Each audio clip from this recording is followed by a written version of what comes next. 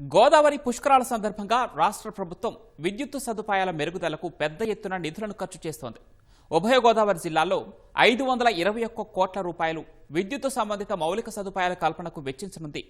కేవలం పుష్కరాలకే కాకుండా శాశ్వతంగా అక్కడ అందుబాటులో ఉండేట్టుగా ఇవి ఉపకరించనున్నాయి. ఇక దీనికోసం 19 సబ్స్టేషన్లు నిర్మాణంలో ఉన్నాయి. ప్రభుత్వం పెద్ద ఎత్తున నిధుల కేటాయింపుపై మా ప్రతినిధి కోర్మరాజు గ్రౌండ్ రిపోర్ట్.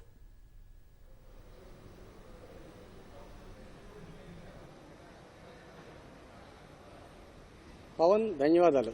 ఇప్పుడు గోదావరి పుష్కరాలు మరొక సంవత్సర కాలంలోనే సంవత్సరం లోపే ఇప్పుడు గోదావరి పుష్కరాలకి సమయం ఆసన్నమవుతోంది. దీనికోసం ఉభయ గోదావరి జిల్లాలు, ఉమ్మడి ఉభయ గోదావరి జిల్లాలు అంటే అటువైపు కోనసీమ, ఇటువైపు రాజమండ్రి, ఇటువైపు నరసాపురం, పశ్చిమ గోదావరి జిల్లాలో నరసాపురం, వీటన్నిటిలోని మౌలిక సదుపాయాల అభివృద్ధి కల్పనకు రాష్ట్ర ప్రభుత్వం పెద్ద ఎత్తున ప్రాధాన్యం ఇస్తోంది. ఇందుకు అనుగుణంగా వివిధ శాఖలు తమ ప్రతిపాదనలను సిద్ధం చేసి రాష్ట్ర ప్రభుత్వానికి పంపించడం, అలాగే అనుమతి తీసుకోవడం, వాటికి ఎగ్జిక్యూషన్ కూడాను ఇప్పటికే ప్రారంభించాయి.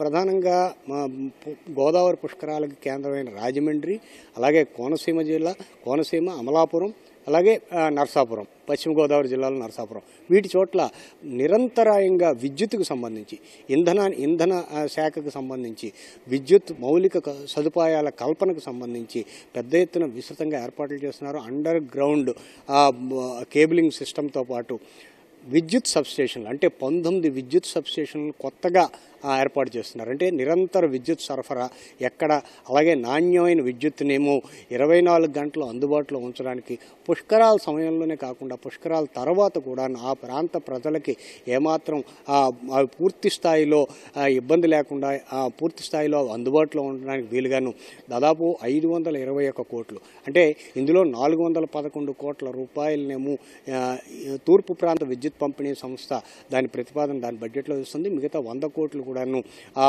రాష్ట్ర ప్రభుత్వం నుంచేమో వేరు పనుల కోసం ఇవ్వడం జరుగుతుంది. ఇందులో మనం ప్రధానంగా చూసుకుంటే ఒక్క రాజమండ్రి నగరంలోనే 9 విద్యుత్ సబ్స్టేషన్లని 33/11 కేవీ విద్యుత్ సబ్స్టేషన్లని ఏర్పాటు చేయడం జరుగుతుంది. దానికి సంబంధించిన టెండర్ల ప్రక్రియ, వాటి ఎగ్జిక్యూషన్ అనేది చాలా వేగంగా, అంటే పేపర్ వర్క్ అంతా పూర్తయింది. ఇప్పుడు గ్రౌండ్ వర్క్ జరుగుతుంది. ఇప్పటికే అండర్ గ్రౌండ్ కేబులింగ్ వర్క్ అనేది ఇప్పటికే ప్రారంభమైంది. అది శరవేగంగా సాగుతోంది.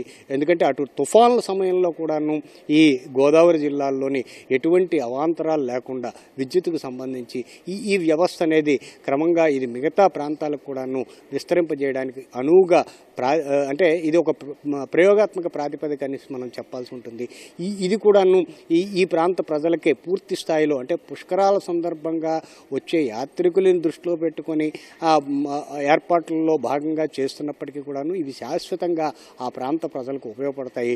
అలాగే కోనసీమ జిల్లాకు సంబంధించి 4 విద్యుత్ సబ్స్టేషన్లు, అలాగే నరసాపురానికి సంబంధించి 4 విద్యుత్ సబ్స్టేషన్లు కూడాను ఇవి కొత్తగా ప్రతిపాదించారు. ఇవి మొత్తం 19, తూర్పుగోదావరితో కలిపి తూర్పుగోదావరి, కోనసీమ, పశ్చిమ గోదావరి జిల్లా మొత్తం 19 విద్యుత్ సబ్స్టేషన్లు ఏర్పాటు చేయడం జరుగుతుంది. ఇందులో కేంద్ర ప్రభుత్వం నుంచి 63 కోట్లు జీఓఐ స్కీమ్స్ కింద 63 కోట్ల రూపాయలని ఈపీడీసీఎల్లో ఖర్చు చేస్తుంది. మొత్తంగా చూస్తే అంటే విద్యుత్తుకు సంబంధించి పోల్స్ కానీ, అలాగే నాణ్యమైన వైరింగ్ కానీ ఇవన్నీ కూడాను ఎక్కడా ట్రిప్ అవ్వకుండా ఎటువంటి అంటే ఘాట్లలోనే కాదు, ఆ నగరాలకు సంబంధించి, ఆ పట్టణాలకు సంబంధించి, ఆ రహదారులకు సంబంధించి రాత్రి పగలు 24 గంటలు కూడాను విద్యుత్ సరఫరాకి, ఈ నాణ్యమైన విద్యుత్ సరఫరాకి, అలాగే ఎక్కడా కూడాను ట్రిప్ అనేది అనే శబ్దం రానివ్వకుండా ఈ మౌలిక ఏర్పాట్లన్నీనేమో తోడ్పడతాయనేసేమో ఇంధన శాఖ అంచనా వేసి దానికి అనుగుణంగా ఇస్తుంది.